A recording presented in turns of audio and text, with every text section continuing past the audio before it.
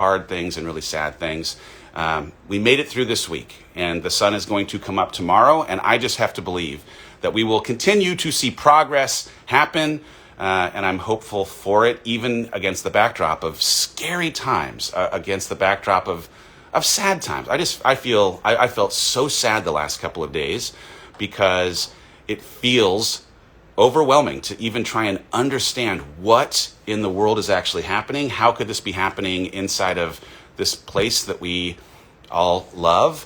And I'm going to say that I'm hopeful. I'm going to stay hopeful even in the midst of overwhelming sadness. I hope you can do the same. So today, we are doing Q&A. We're just doing Q&A today. We are going to dive into a few of the community submitted questions to me about things that maybe you had observations in over the course of the week that we have been diving into this challenge. The first thing, though, is I have to announce a winner for the one-on-one conversation with me for a Zoom coaching.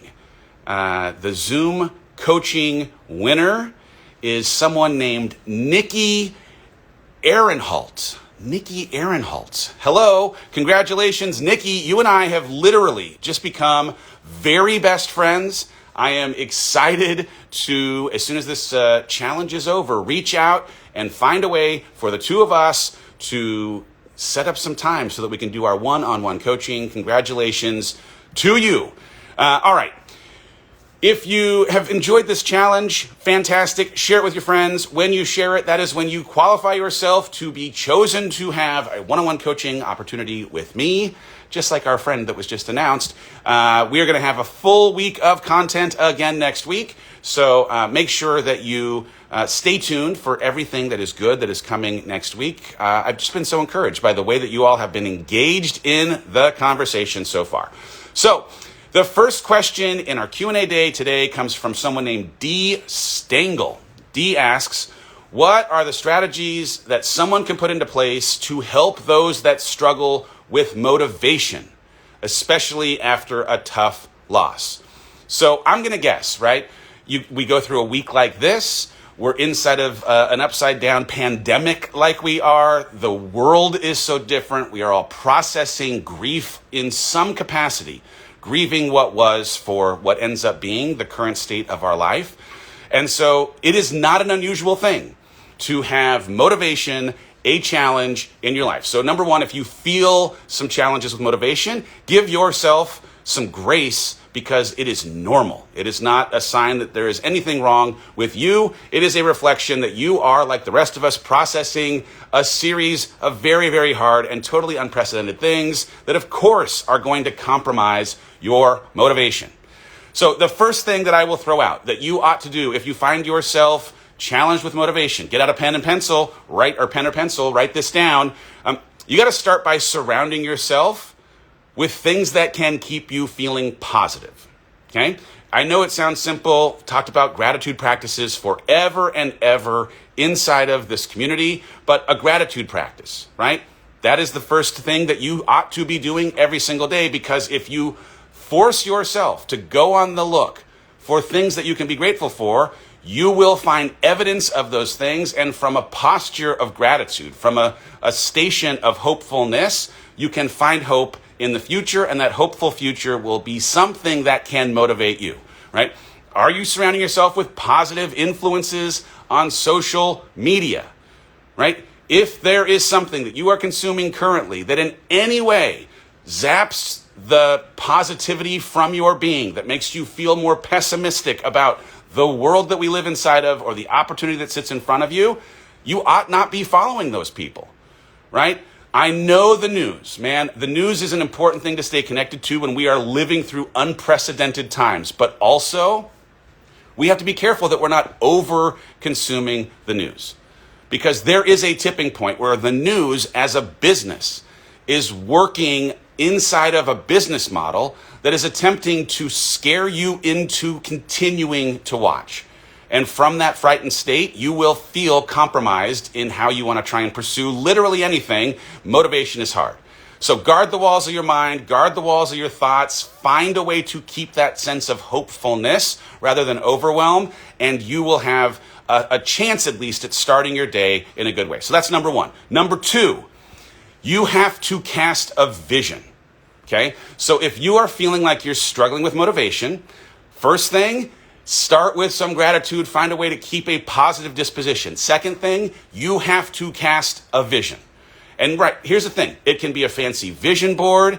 It can be a journal. It can be a Pinterest board, whatever Pinterest is. But you have to have a sense of where you're going if you're ever going to tap into a feeling of being motivated to get there. Right? So I want you to, I'll argue that the most important thing is to get very, very specific, to be able to see it like a motion picture running in your head, to create as much detail as you possibly can of this person that you'd hope to become.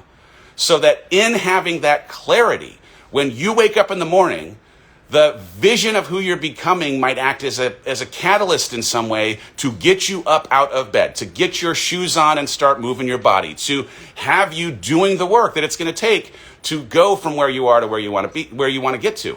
If you don't know where you want to get, if you don't have super clarity on what that vision is, you will struggle to stay motivated.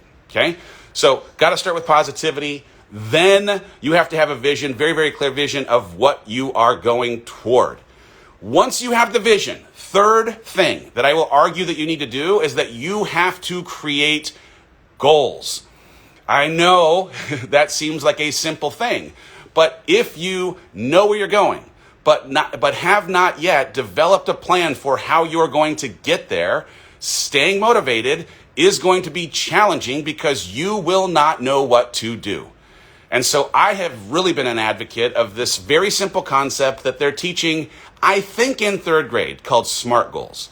So if you are not familiar with SMART goals, a very quick primer. SMART goals are things that are specific. They are specific. You are very focused on the details of where you're trying to go, right? They are measurable. The M in SMART is measurable. You can actually quantify how you are making progress toward the thing that you have set a goal for, right? They are the third piece of a SMART goal, achievable, right?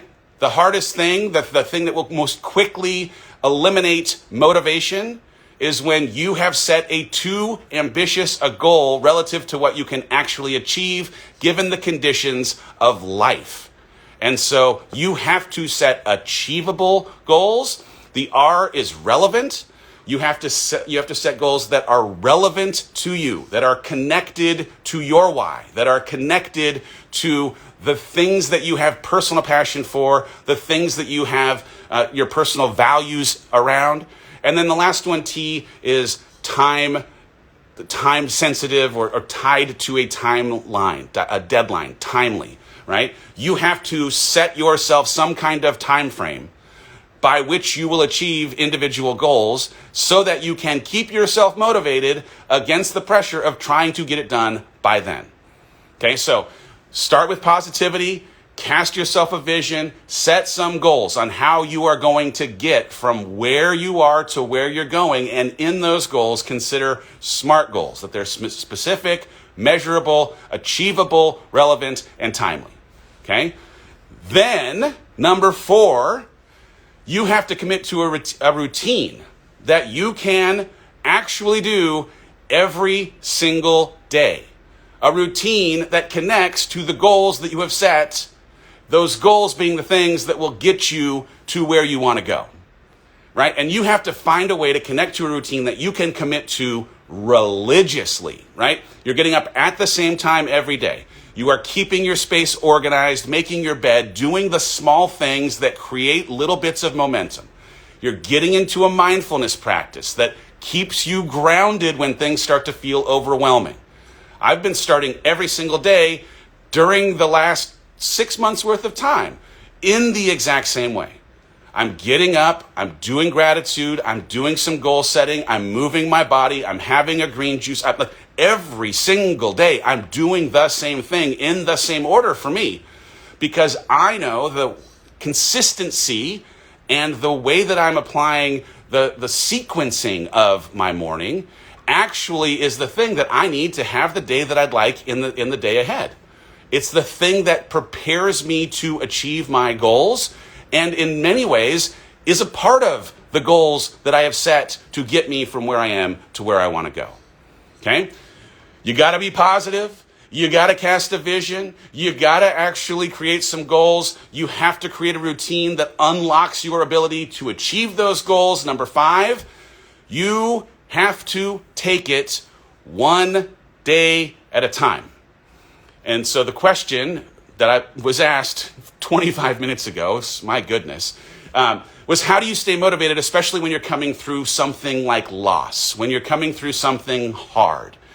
And the reality is, the weight of the conditions that we find ourselves in can feel overwhelming, especially in this quarantine, especially in this pandemic, because it's a never-ending game of Groundhog's Day. And so we start to think about how long and what if. And instead of how long and what if, things that we frankly cannot control, you need to think about how can you make it through today. Because that's bite size. That is something that gives you the fighting chance to actually show up for the entirety of the time frame that you're talking about, because it's too much to think about how you're going to make it through the next 6 months, through the next year. And if you're having a hard time thinking about how you're going to get through today, time block your day. Is there a way that you can just think about getting to lunch? Is there a way that you can just think about getting through the next hour and actually going through and time blocking what it's going to take to make it either one day at a time, one day segment at a time, or 1 hour at a time so that you can maintain the momentum? Once you have done that, it's a long answer, you got to celebrate your progress, okay?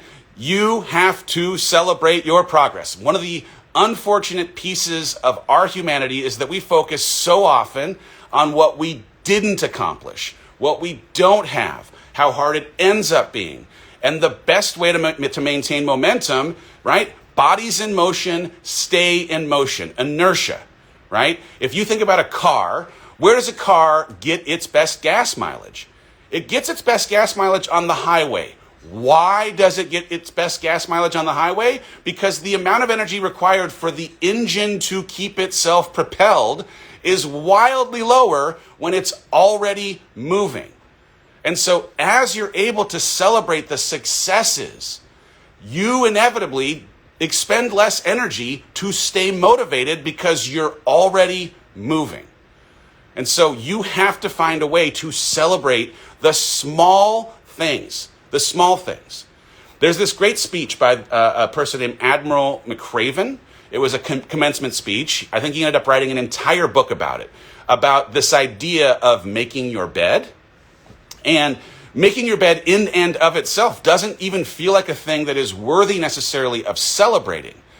But the reason why he has this speech about making your bed is that if you can start your day with this small task of accomplishing something like making your bed, you start your day with a win. You start your day with a little bit of inertia, that you get an opportunity now to having the evidence that you can accomplish that small thing in making your bed, go accomplish something else. And what's beautiful about the bed making thing is the end of the conversation, which is, irrespective of the kind of day that you end up having, where something may have just shown up and completely knocked you off your feet, if you've made your bed in the morning, you get to return to your room at night and see the evidence of an accomplishment that you did achieve in the day. And that evidence gives you hope for the possibility that you can tomorrow, even if you've had a hard day, get back on the horse and keep on trucking. So, you got to find a way, whether it's making your bed or drinking your water or moving your body for 30 minutes or whatever it ends up being, to celebrate the fact that you did so that you can build on top of the little wins to create big wins. Okay? And the last thing that I will say, I started with this, is that you have to give yourself grace. And I would argue this is the last one, best one. Because we find ourselves so often in a trap when it comes to motivation of comparing ourselves to other people who are more motivated than we are, and they having a drive, they getting up and getting their shoes on, they getting up and doing their thing makes us feel less, right? Inside of this quarantine experience, there have been plenty of parents who have posted how they've turned their quarantine into a full day camp spa experience for their children. And if you are struggling to just get a decent meal on a table, seeing their spa experience is going to make you feel crappy about yourself. And inside of that place where comparison has compromised your confidence, you are not going to feel motivated. The headline in all of this journey, whether it's through quarantine, whether it's through the year that sits in front of us, it is not linear. You are going to have 3 or 4 great days, and then you're going to have a bad day. And the only way you can get back to great days is if you give yourself some grace, because life is hard right now. Life is really hard right now, and it is human to feel defeated. But you can't stay in that station of defeat. You have to absolutely 100% give yourself some grace, do a little bit of self-care, and then get back on that horse. Goodness gracious, there is some yell talking happening this morning. All right, that was question 1. Good Lord, that was a long time ago. Thank you, Dee, for the question. Again, my advice, if you're struggling with motivation, surround yourself with positivity. Cast a vision, very, very clear vision of where you're going. Once you do, create some goals. I argue smart goals are the way to do it. When you have those goals, identify a routine that you can commit to religiously every single day to have you springing toward those goals. Take it one day at a time. Do not think that you can do anything when you're carrying the weight of all that sits in front of us, one day at a time. Celebrate your progress as you go. Small wins build on top of small wins to create big wins. And finally, give yourself some grace. All right, next question. How long is this Q&A? I don't know. We're going to go all day. All right, Jamie Weiss asks, through your personal journey with therapy or reading books, personal development, have you seen a change in the way that you react to negative situations? How has it changed if it has? And what part of your journey did you see the changing take place? So this is a fantastic question, Jamie. Thank you for asking. And I am here to tell you it has been a fundamental life changer, the work that has been required to handle primarily everything that's been thrown into my life over the last 7 months. When we had our conversation about, hey, we're going to get divorced, I went into a very serious identity crisis of sorts around who I was if I wasn't a husband, because it was a primary modifier for my identity. And so I went on a very serious hunt for therapeutic resources, books, podcasts, literally anything that could help me understand who I am if I'm not who I was. And what was beautiful in the experience of trying to understand who I am if I'm not who I was is that I have found in this work I've been doing around self, a therapist conversation that has fundamentally changed the way that negativity, my negative thoughts, my negative emotions, negative news, surprises in life have affected me, primarily because of this idea that I am self and I am witness to the negative thoughts. I am witness to the negative emotions. I am not the negative emotions. I've talked 100 times now about The Untethered Soul by Michael Singer, and it is just a fantastic conversation around the voice in your head and the emotions that you feel and how you are this observer of those things. You are not those things.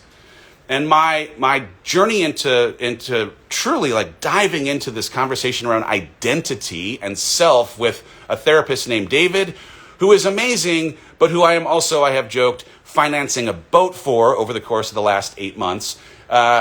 I have sat with him so many times because at the beginning of my journey, I didn't know who I was. I had no concept of who I was if I wasn't who I'd been.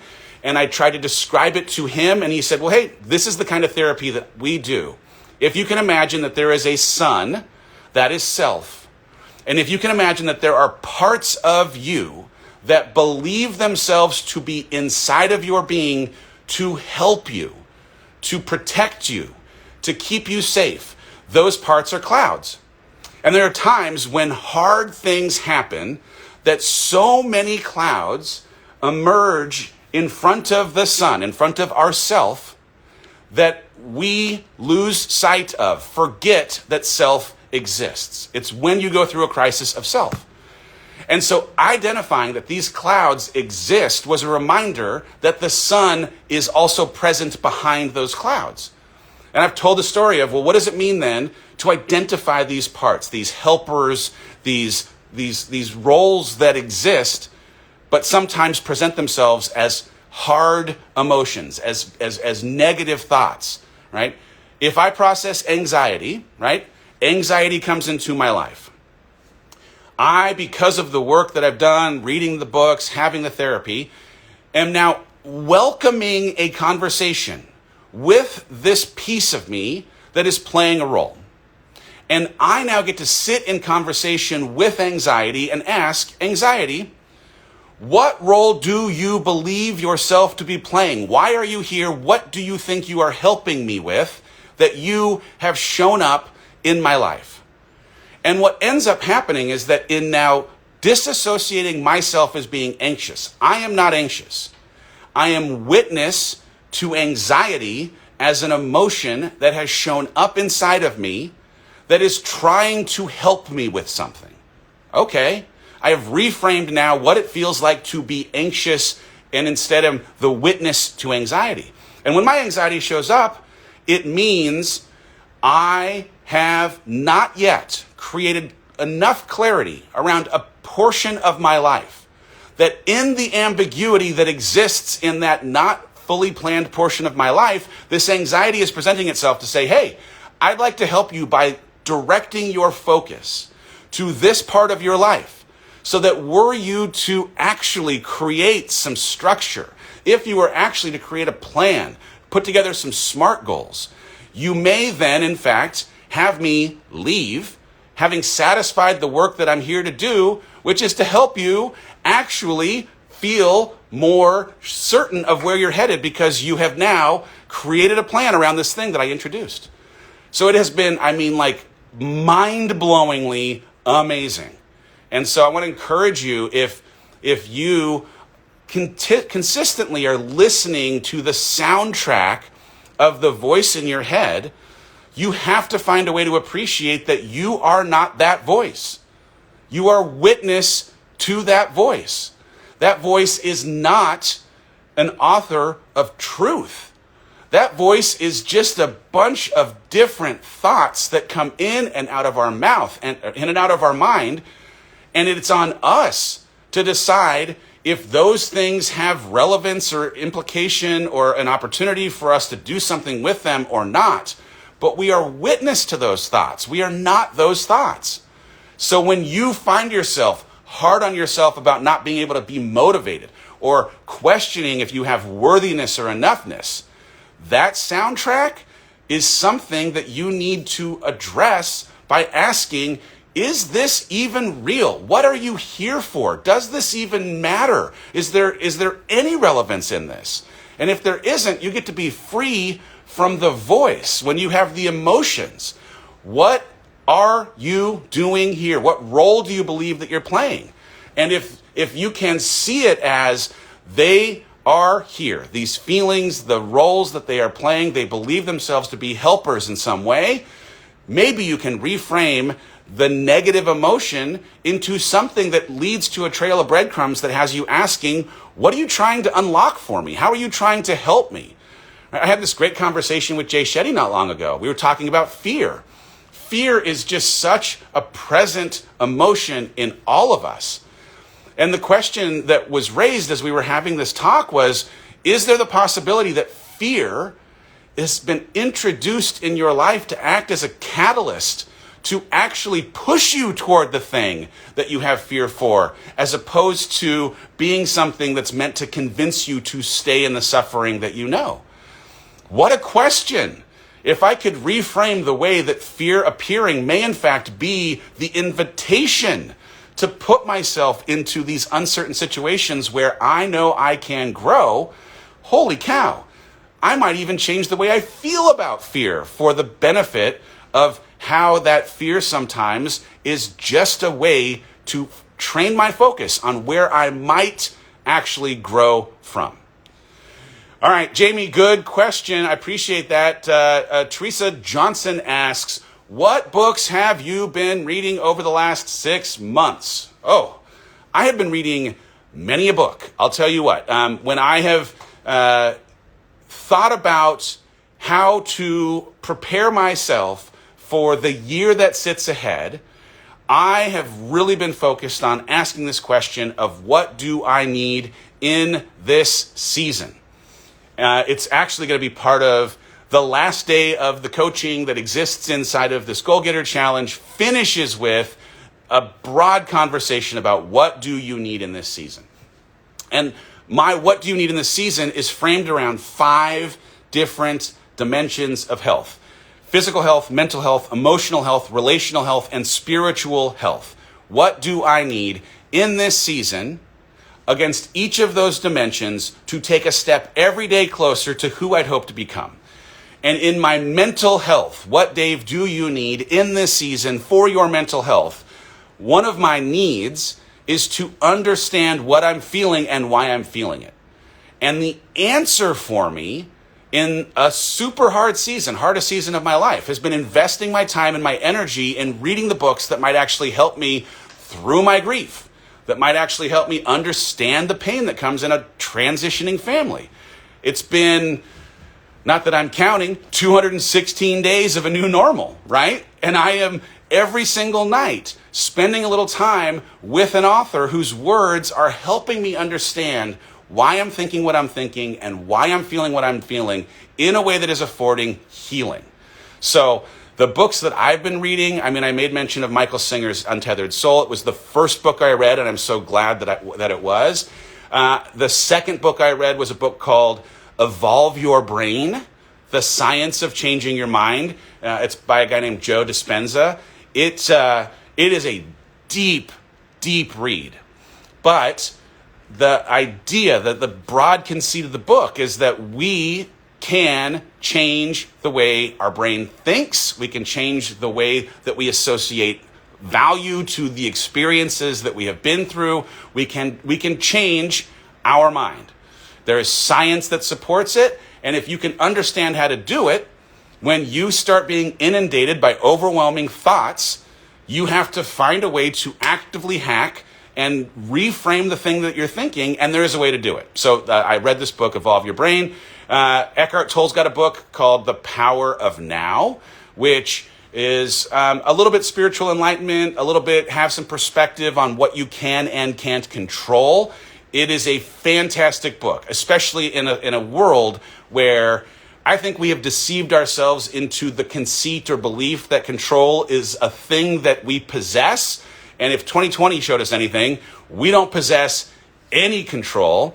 And the only thing that we truly can control is how we show up today. How we show up today. And so The Power of Now is just a unbelievable read. I really, really encourage it for anyone. I've been doing a lot of work on trying to understand, coming out of a relationship that didn't end the way that I would have hoped, how do I set myself up to actually have a fantastic next relationship when the time ends up being right? So I have just recently finished a book called Scary Close by Donald Miller that is all about intimacy, right? Like if you want to actually connect in relationship, you need an ingredient called intimacy. And there's so many things that you have to do, but actually being transparent and being yourself and owning your faults and being in conversation about the things that, actually matter to you. They're all a recipe for creating intimacy. And if you're in a relationship right now and you're like, I don't know what it is. I can't put my finger on it. There's just something that is off. I will offer that there's a decent chance that intimacy could be the thing that's off. And I'm not talking about, though, of course, what happens in a bedroom can be intimacy. I'm talking about connection, deep human connection that is scary because of the way that you have to make yourself completely vulnerable to actually be the beneficiary of it.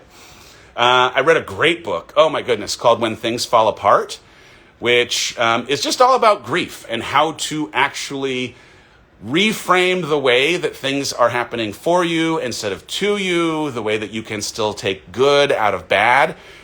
So that was a fantastic book. There's a book called The Four Agreements that I made mention of when we were talking a little bit about where your beliefs come from by a guy named Don Miguel Ruiz. It's just the idea that we as human beings have been given a set of agreements that either we have agreed to or have likely been put on us as agreements that we just live into. But a lot of times we haven't thought about what those agreements are or where those agreements come from. And so just the idea, the conceit of this idea that there are agreements, those agreements are things that govern how we show up in life. And if we don't question why we are in the agreement that we are in, forget it. We will end up living a life that is disconnected from our calling or purpose, that is, in some ways denying the truth of who we are.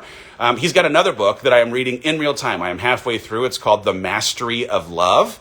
And it's just all about, what, in some ways, it's like, what are the dysfunctions that keep people from actually experiencing the deep kind of love that would otherwise be possible? And is there a way in understanding the wiring and the wildness of what it means to be human that you might actually be able to find the kind of love that you are hoping and looking for? I could go on and on. I read this amazing book about shame. We talked about shame this week, called Healing the Shame That Binds You by a guy named John Bradshaw.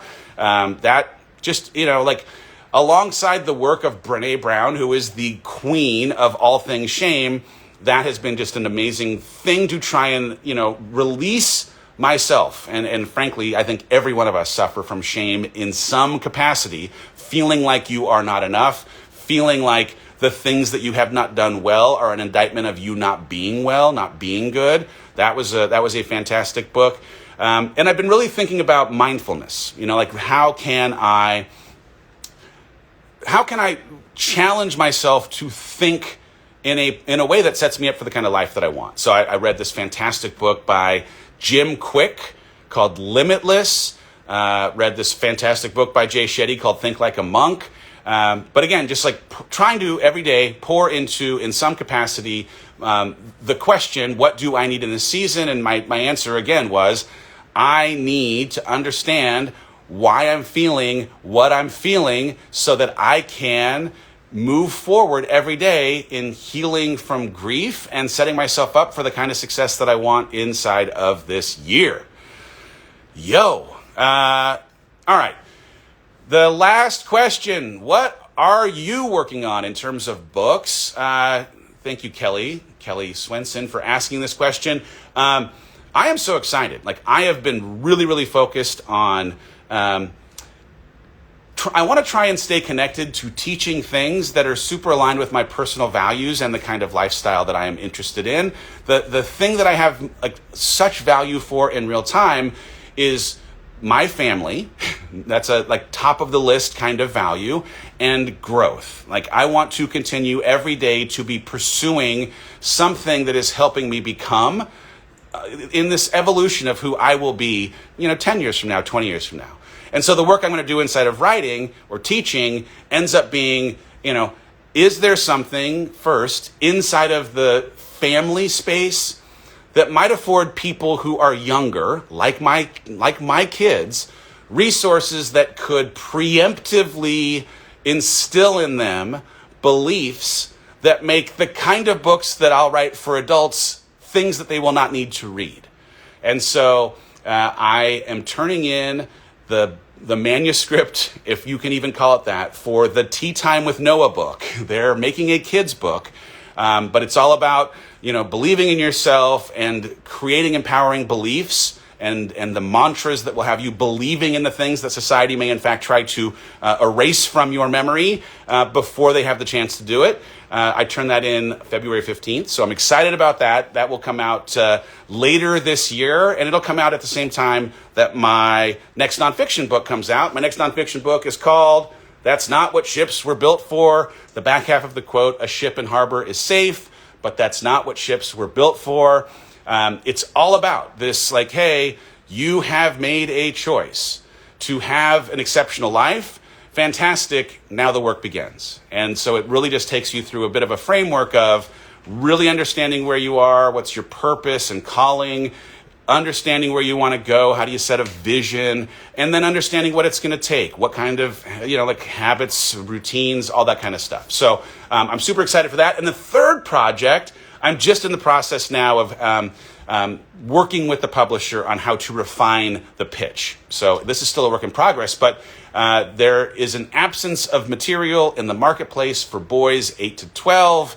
I happen to have boys 8 to 12 living in my house.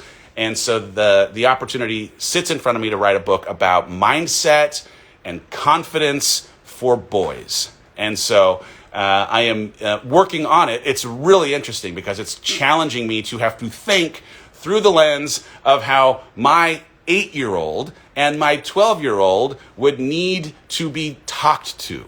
And it is wildly different than the way that I might talk to you as a grown human in the next of my big nonfiction books. So anyway, I am excited for those things. It is going to be a good year, and I think writing is going to be a big part of what I get to be excited about as I goal set for how to make my 2021 one of my best years ever. I'm coming off of a 2020 that 100% handed me things that I never, ever want to experience again in my entire life, period, point blank. And also, 2020 was the best and most important year of my life in some respects because of the headwinds that were handed to me. And so if there's a way for you to think about the way that this year that we have just come from in some ways created a resilience, in some ways created a tenacity, in some ways challenged you to think about your health or work on your habits. I've been able to do that, and there's gratitude for the hard having produced so much good. I hope you can see that as well. All right. We, ladies and gentlemen, are done with our first week of this Goal Getter Challenge. In your email tomorrow, I am going to send you a video, a conversation, an interview that I did with Brendan Burchard, so that there is still something for you to consume as a bridge between this week and next week. And then we will be back on Monday morning to dive into yet another chapter and another coaching. Y'all are the greatest community on this planet. I have gotten just so much personally out of being able to pour into this challenge, and it is not going to be the last challenge we do this year by a stretch. So thank you so much. Thank you. If you got anything from this, in the same way that I've said it every single day, please share with your crew, share with your community. I'd love to get even more people into this challenge. It is free, by the way, but to the extent that there also may be a little nugget of something we talk about that affords somebody a breakthrough or some light, man, be that light bearer. Offer them the opportunity to experience it. I would love for you to be someone who they can see as having wanted to support them. I see some people saying that you didn't get the email or didn't see the email. The email came from Leadership Essentials. So if you have not, for whatever reason, received your email or you didn't see the email, double check to see that you didn't accidentally have a Leadership Essentials email go into your spam folder. If you're interested in signing up, I see people asking that. The link is in my bio. I'd love to have you jump into this challenge. There's a bunch more fantastic content, and I am, saving these lives. They will live forever on Facebook and in Instagram. So have yourself a fantastic day. We will see you on Monday. Check out the video with me and Brendan tomorrow. Have a